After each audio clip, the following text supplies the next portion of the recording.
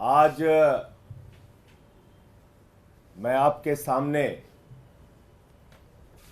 ये बताने के लिए आया हूं कि कैसे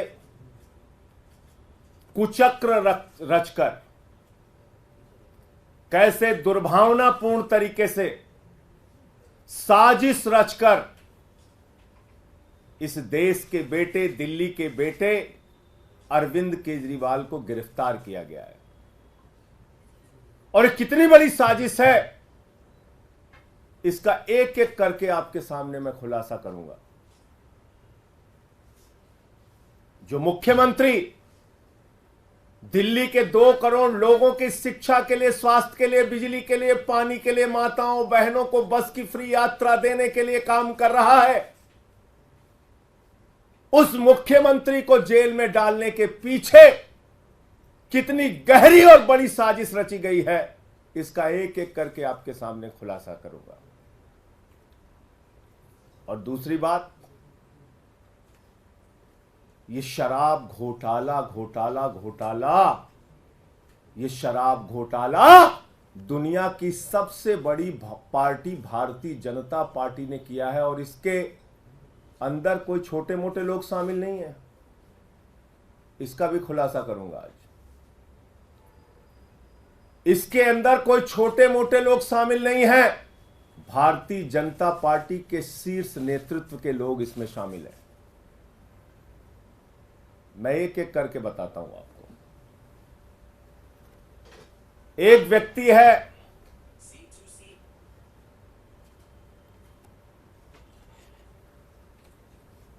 मंगुंटा रेड्डी,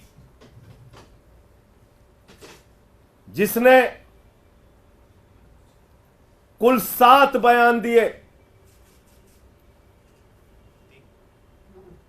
कुल 3 बयान दिए। उसके बेटे राघव मंगुंटा ने 7 बयान दिए, बाप बेटे ने मिला के 10 बयान दिए। और इस 10 बयान को पीछे जब उनसे पहले पूछा गया, 16 सितंबर को पूछा गया, ईडी के द्वारा पूछा गया कि क्या आप अरविंद केजरीवाल से मिले थे, जानते हैं, तो उसने उसी बात की सच्चाई को उजागर किया। जो बात सच थी, उसने कहा हां मैं मिला था, लेकिन चैरिटेबल ट्रस्ट की जमीन के मामले में मिला था। लेकिन उसके बाद उसके बेटे को, राघव मंगुंटा को गिरफ्तार किया जाता है।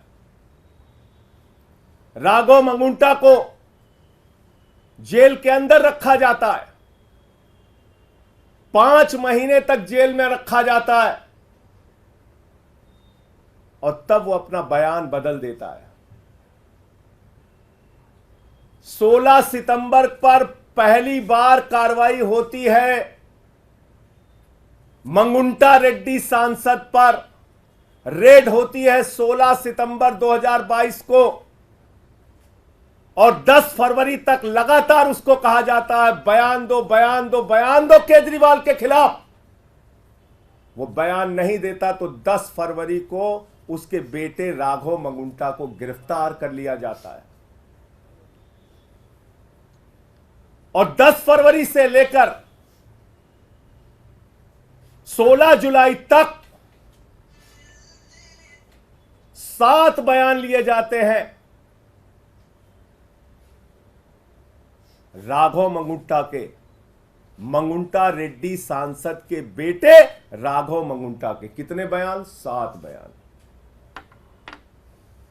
3 बयान बाप का, 7 बयान बेटे का। और उन 5 महीनों में जो 7 बयान वो देता है, उसमें भी पूछा जाता है 6 बयान में अरविंद केजरीवाल को जानते हो, अरविंद केजरीवाल ने कोई घोटाला किया है, अरविंद केजरीवाल पे कुछ बोलना है। उसने कहा नहीं नहीं नहीं, बिल्कुल नहीं। लेकिन 5 महीने की जेल के बाद वो टूट जाता है। और 7वां बयान 16 जुलाई को उसका होता है और वो बदल जाता है, वो वही साजिश का हिस्सा बन जाता है। 5 महीने के प्रताड़ना के बाद बदल जाता है और अरविंद केजरीवाल के खिलाफ बयान देता है। लेकिन हैरानी की बात सबसे ज्यादा यह है कि ये 6 बयान और बाप के 2 बयान गायब कर दिए जाते हैं। 5 महीने की जेल के दौरान दिए गए बयान, ईडी कहती है इस पर हमें भरोसा नहीं है और उसको रख लिया अनरिलाइड अपॉन डॉक्यूमेंट्स, यानी ऐसा बयान जो केजरीवाल के खिलाफ नहीं था उस पर की ईडी ने कहा हमें इस पे भरोसा नहीं है। हमारे वकीलों ने अदालत में पैरवी की, बार बार कहा हमें देखना है वो बयान जो उसने अपनी गिरफ्तारी के दौरान दिया। और जब हमारे वकीलों को कोर्ट ने आदेश दिया जाओ और देखो वो सारे बयान, उनके होश उड़ गए। आपको पता है उनके होश उड़ गए। बाप बेटे के 9 बयानों में कहीं भी अरविंद केजरीवाल का जिक्र नहीं, और बाद में अरविंद केजरीवाल का नाम उससे जबरन दबाव बनाकर अरविंद केजरीवाल के खिलाफ उससे बयान दिलवाया जाता है। अब ये मंगुंटा रेड्डी और राघव मंगुंटा है कौन, जिसको ईडी ने कहा कि यह शराब का कारोबारी है, शराब का घोटालेबाज है, इसके हम छापा मारेंगे। 16 सितंबर को छापा मारा।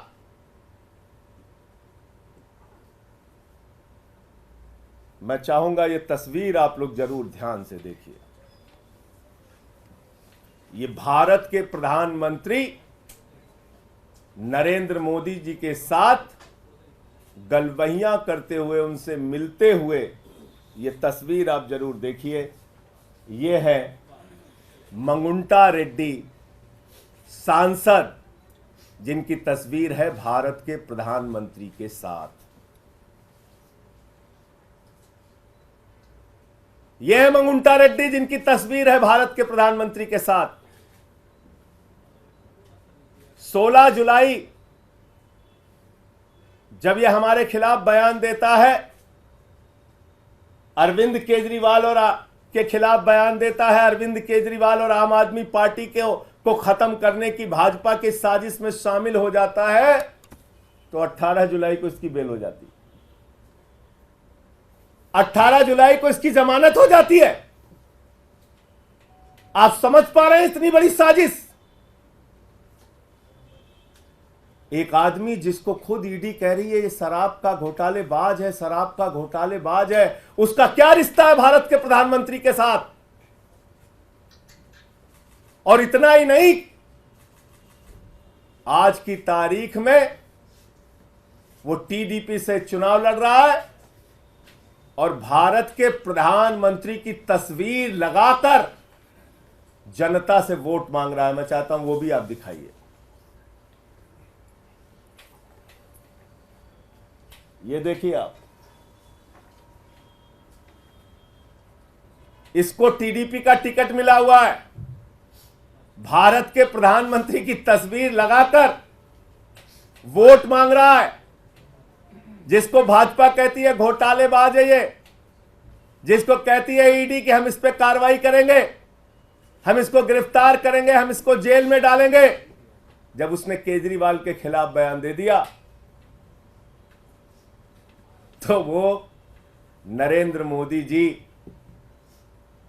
की तस्वीर लगाकर जनता से वोट मांग रहा है भारत के लोकतंत्र में।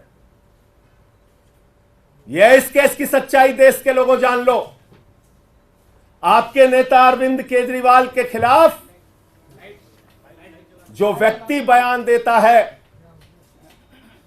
यह है, और जो बयान छिपा लिया जाता है ईडी के द्वारा हमारे वकीलों के दबाव में, कोर्ट के आदेश के बाद जब वो बयान देखते हैं जाकर ईडी के दफ्तर पर, जिसको अनरिलाइड डॉक्यूमेंट में ईडी ने रखा है, यानी कि ऐसा डॉक्यूमेंट जिस पे भरोसा नहीं है, शुरुआती सारे बयान जिस पे भरोसा नहीं है, वो बयान जो उसने सही सही बताया था उस पर कह दिया हम इस पे भरोसा नहीं, उसको छुपा लिया, बोले छुप जाओ बेटा।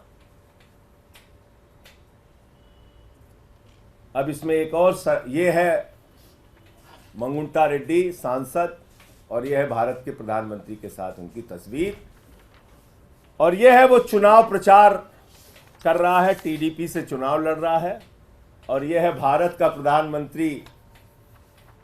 इस फोटो में सबसे ऊपर उनकी तस्वीर है, वोट मांग रहे हैं कि मोदी जी के नाम पे हमको वोट दे दीजिए।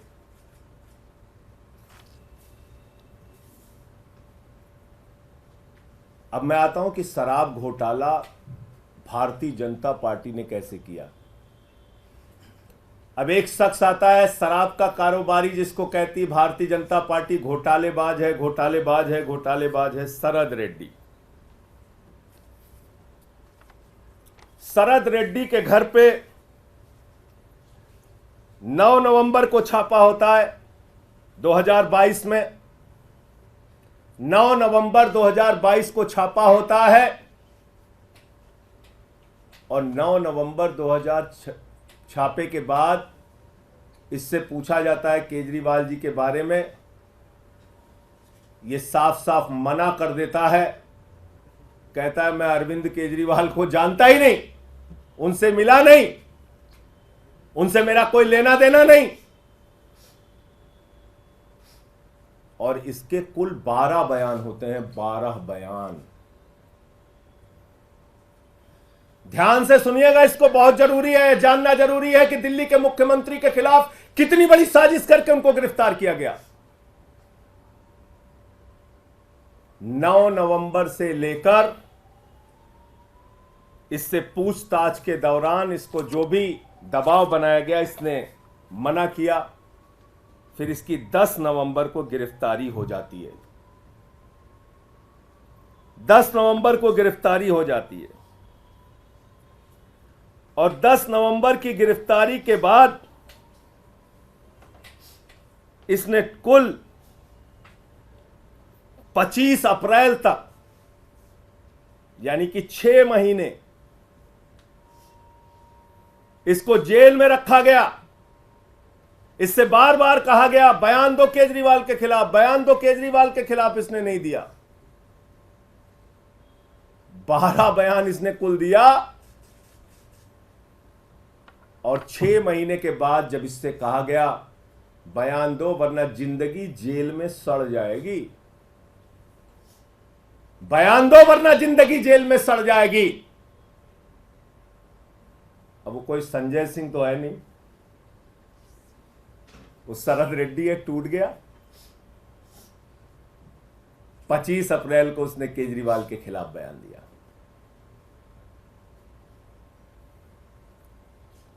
अब हमारे वकील फिर परेशान हुए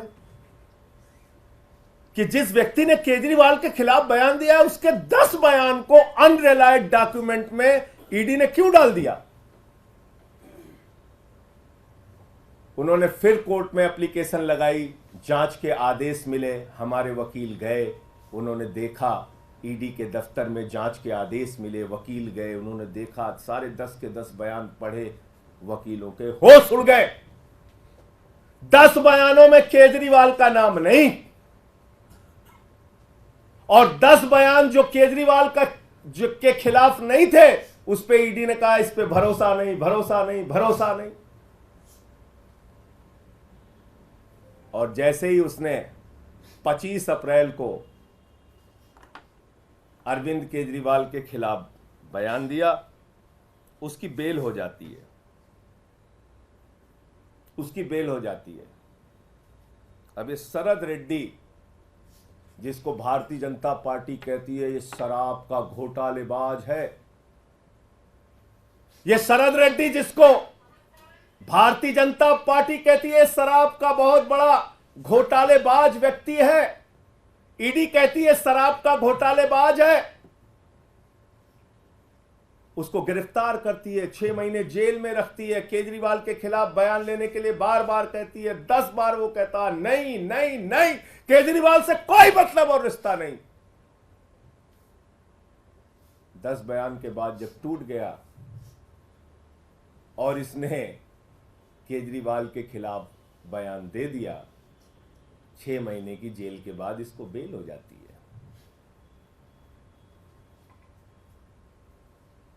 ये शरद रेड्डी कौन है? असली घोटाला शुरू हुआ ईडी के जांच के बाद। भारतीय जनता पार्टी का शराब घोटाला, और पहली पेशगी और नजराना भाजपाइयों को कब पहुंचा? 5 करोड़ रुपए का 5 करोड़ रुपए का 15 नवंबर को पहली पेशगी और नजराना 5 करोड़ का पहुंचा, और कुल 55 करोड़ रुपए की रिश्वत, जिसको किंग पिन बताते थे, किंग पिन शरद रेड्डी,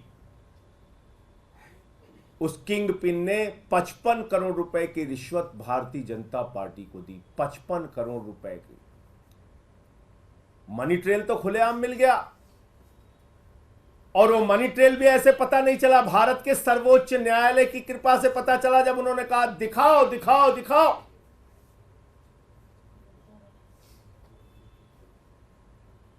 तो 21 मार्च को शाम को 6:50 पे मजबूरी में सारे डिटेल डालने पड़े वेबसाइट पे, बताना पड़ा कि ये शरद रेड्डी है शराब का घोटालेबाज, किंग पिन जिसको कह रही थी ईडी। और जैसे ही 6:50 पे भारतीय जनता पार्टी के शराब घोटाले का खुलासा हो जाता है, 7:14 पर मुख्यमंत्री के दफ्तर पे, मुख्यमंत्री के घर पे छापा पड़ जाता है। क्योंकि आप मीडिया में चर्चा करते हैं, आम आदमी पार्टी मुद्दा उठाती कि भाई शराब का घोटाला तो बीजेपी ने किया है। 21 मार्च को शाम को 6:50 पे इसका खुलासा हो जाता है। 55 करोड़ रुपए की रिश्वत भाजपा ने ली है, इस बात का खुलासा हो जाता है। उस खबर से ध्यान हटाना है, जनता का ध्यान भटकाना है।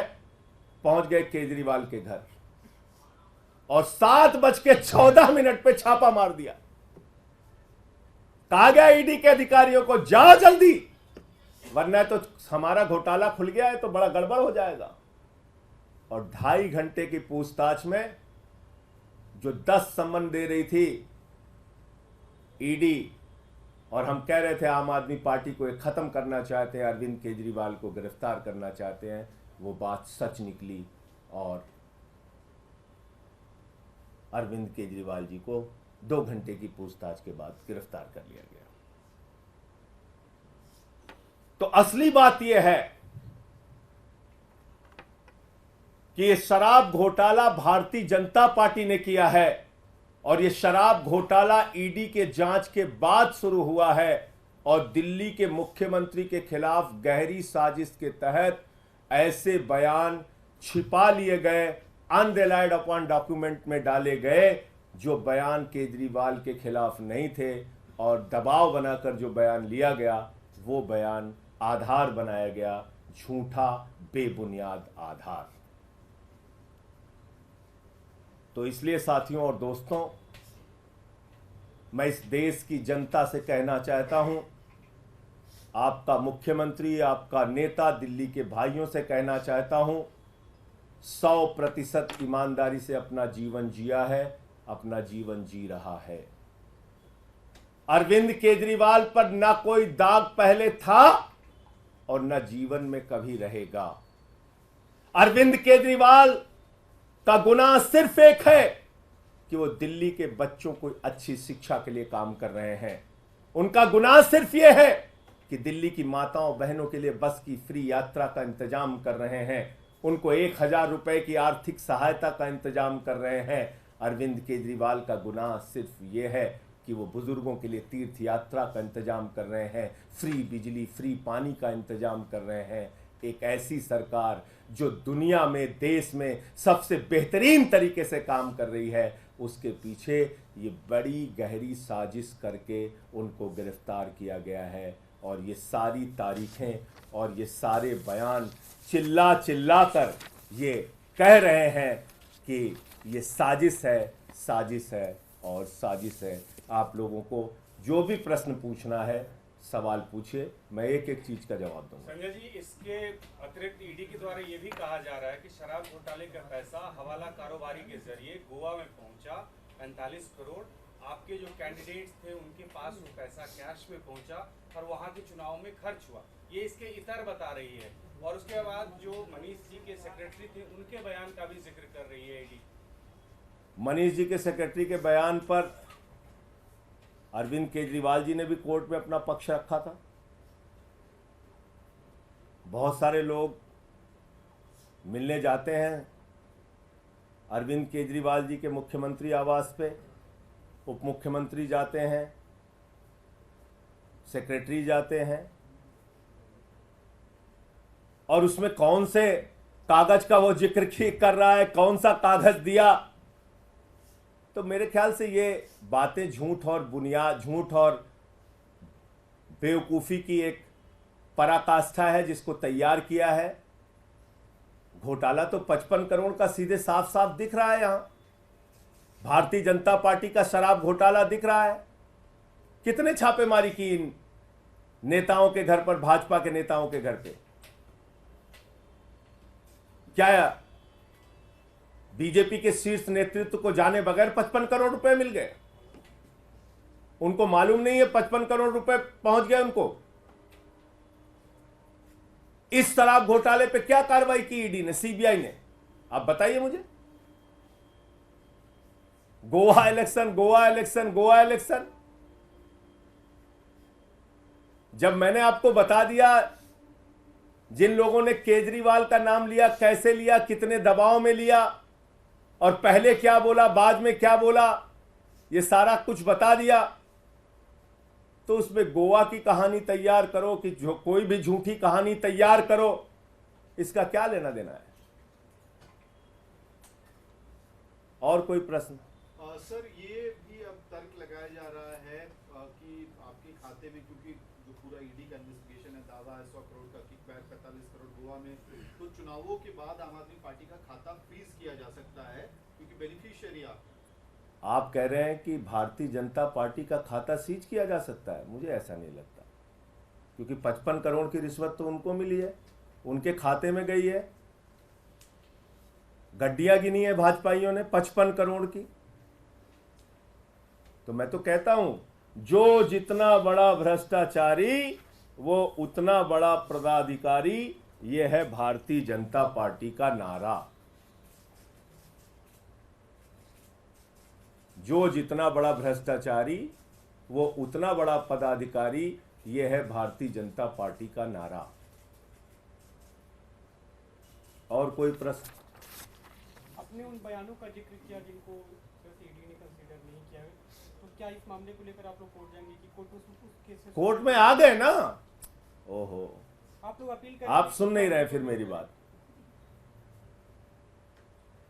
ईडी ने अपने बयानों की एक चार्जशीट बनाई और उन्होंने दिखाया, ध्यान से सुनिए, फिर से सुनिए, नहीं तो आप लोग गड़बड़ कर जाएंगे। ईडी ने अपने बयानों की एक सूची बनाई जिसमें उन्होंने कहा रिलायड अपॉन डॉक्यूमेंट, यानी ऐसे डॉक्यूमेंट, ऐसे कागजात जिस पे हमें भरोसा है, और अनरिलायड अपॉन डॉक्यूमेंट जिस पे हमें भरोसा नहीं है, और उसको छिपा के रख लिया। ऐसे अगर हिंदी की भाषा में, सरल भाषा में समझे, ऐसे बयान जिस पर ईडी ने, भाजपा ने, भाजपाइयों की साजिश ने, उनके षड्यंत्र ने भरोसा किया, और ऐसे बयान जिस पर उन्होंने भरोसा नहीं किया। और उसका खुलासा कैसे हुआ? उसको छिपा लिया। उसका खुलासा कैसे हुआ? जब हमारे वकील लोग अदालत में गए, उन्होंने कहा भाई हम देखना चाहते हैं कि जिन बयानों पर इन्होंने भरोसा नहीं किया, शरद रेड्डी के, राघव मंगुंटा रेड्डी के, वो बयान आखिर है क्या? अनरिलाइड में क्यों उसको रखा है? उस पर आपने क्यों रिलाई नहीं किया? तो पता चला उस पर रिलाई इसलिए नहीं किया क्योंकि वो शुरुआती बयान थे, और शुरुआती बयान में जब उसकी गिरफ्तारी नहीं हुई थी, या गिरफ्तारी के दौरान भी लगातार जो बाकी बयान लिए गए, उसमें बार बार उसने बयान तो दिया लेकिन अरविंद केजरीवाल का नाम नहीं लिया। और कुछ बयान तो ऐसे हैं जिसके तथ्य जब आप पढ़ेंगे तो आप हैरान हो जाएंगे। पूछा जाता है केजरीवाल जी से मिले, केजरीवाल जी को जानते हैं? नहीं जानते हैं, नहीं मिले। बाद में कहानी तैयार की जाती है। अब ये क्लियर हो गया, मैं फिर से दोहराऊं। सर, कल एलजी ने भी एक चिट्ठी लिखी है गृह मंत्रालय को, उसमें कहा है कि तमाम जो केस कोर्ट को भेजे जाते हैं आम आदमी पार्टी सरकार की तरफ से, इसमें शराब नीति वाला मामला भी है, गुमराह किया जाता है कोर्ट को, कोर्ट का वक्त बर्बाद किया जाता है। देखिए भाई, एलजी साहब कैसे काम करते हैं ये एक सर्वविदित सत्य है। वो किसी ऊपर के डायरेक्शन लेके काम करते हैं, उस हिसाब से अपना काम चलाते हैं। जो घोटाला रहेगा उस पे घोटाला। अब इस पे क्यों नहीं चिट्ठी लिखी एलजी साहब ने? 55 करोड़ रुपए की खुलेआम रिश्वत, रंगदारी जिसको कहा जाता है यूपी बिहार के भाषा में, रंगदारी खाई है भाजपाइयों ने। पहले नजराना पेशगी लिया 5 करोड़ का, फिर अलग अलग किस्तों में 55 करोड़ की रिश्वत ली। 55 करोड़ की रिश्वत बगैर प्रधानमंत्री की जानकारी के ले ली गई, बगैर नड्डा जी के जानकारी के ले ली गई, बगैर अमित शाह जी के जानकारी के ले ली गई। 55 करोड़ की रिश्वत, और रिश्वत तो छुपी हुई थी। वो तो सर्वोच्च न्यायालय का धन्यवाद दीजिए कि उन्होंने कहा तुम्हें जग जाहिर करना पड़ेगा कि कहां कहां से कितना पैसा खाया। तो बताइए, क्या एलजी को इस पे चिट्ठी नहीं लिखनी चाहिए कि एक शराब घोटालेबाज जिसको ईडी ने कहा कि वो किंगपिन है, ईडी ने उसको गिरफ्तार किया, उसने 55 करोड़ रुपए की खुलेआम रिश्वत भारतीय जनता पार्टी को दी। पूरी की पूरी भारतीय जनता पार्टी सर से लेकर पांव तक शराब घोटाले में डूबी हुई है। उस पर चिट्ठी नहीं लिखनी चाहिए एलजी साहब को? तो मैंने तो बता दिया अब आपको, इसमें कुछ डाउट तो बचा नहीं कि कितनी गहरी साजिश रची गई। और सवाल हो बताइए। इससे थोड़ा हटके कल देखा गया था कि सुनीता केजरीवाल जब पीसी कर रही थी तो 3 फोटोज लगे हुए थे भगत सिंह, बाबा साहेब अम्बेडकर के साथ केजरीवाल। सर, इसमें सवाल ये है कि भगत सिंह के ग्रैंडसन ने, यदवेंद्र संधू ने इस पे आपत्ति जताई है, कहा कि राजनीतिक पार्टियों को इस तरह से फोटो नहीं लगानी चाहिए, उन्होंने अपना जीवन देश के लिए कुर्बान किया। तो आप कह रहे हैं कि भारतीय जनता पार्टी का कोई नेता हो या देश का कोई भी नेता हो, मैं अपनी फोटो क्या देश के महापुरुषों के साथ नहीं लगा सकता? क्या देश बाबा साहब डॉक्टर भीमराव अंबेडकर जी के साथ, शहीद आजम भगत सिंह जी के साथ आप लोगों की फोटोएं नहीं होती हैं? लोग तो जाके शहीद आजम भगत सिंह की जहां तस्वीर देख लेते हैं वहां सेल्फी लेते हैं, उनके स्टैचू पे जाके सेल्फी लेते हैं, उनके साथ फोटो डालते हैं, नेताजी सुभाष चंद्र बोस के साथ फोटो डालते हैं, बाबा साहब के साथ फोटो डालते हैं। यहां तक कि अपने चुनाव प्रचार में भी नेता लोग फोटो डालते हैं महापुरुषों के साथ, क्रांतिकारियों के साथ। इसमें मुद्दा क्या है, सवाल क्या है, मुझे बताइए ना। अरविंद केजरीवाल हमारी पार्टी के मुखिया हैं और उनकी तस्वीर अगर शहीद आजम भगत सिंह जी के साथ है या बाबा साहब जी के साथ है तो ये अधिकार हर एक नागरिक को है कि वो महापुरुषों के साथ अपनी तस्वीर लगा सकता है। इसका मतलब ये नहीं हुआ कि हम उनके पदचिन्हों पर चलने का प्रयास कर रहे हैं। इसका मतलब ये थोड़ी है कि हम अपने आप को दावा कर रहे हैं, अपने आप से हम अपने आप को बहुत बड़ा समझ रहे हैं। नहीं, हम उनके वो हमारे लिए अनुकरणीय है, प्रार्थनीय है। हम उनके पदचिन्हों पे चलने का प्रयास कर रहे हैं।